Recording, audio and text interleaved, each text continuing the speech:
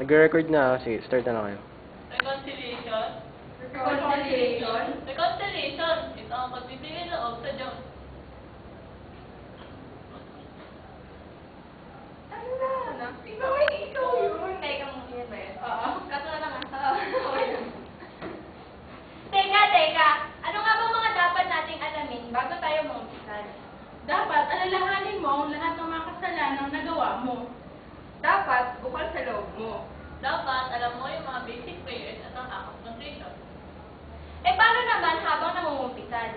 Huwag kang mahiya. Lahat ng kasalanan mo, sabihin mo.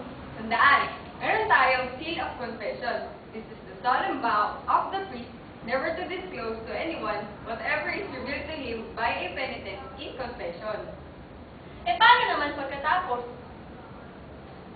Dapat, wag na natin uulitin or iwasan natin gawin yung mga nagawa na natin